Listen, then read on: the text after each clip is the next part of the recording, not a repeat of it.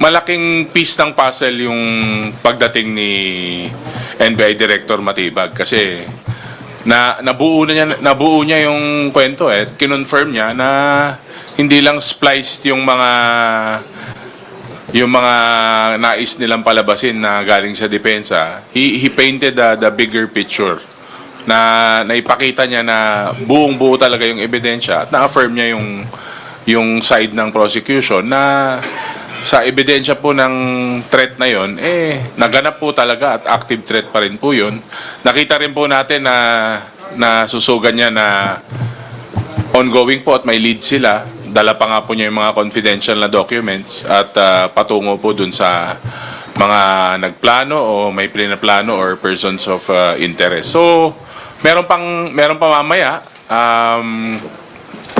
Medyo may mga times na medyo mainit pero I think the presiding officer of the impeachment court has kumbaga hinandle niya ng mas maayos kasi nga nakikita naman po natin sa mga nakarang ilang araw medyo mainit nga po talaga.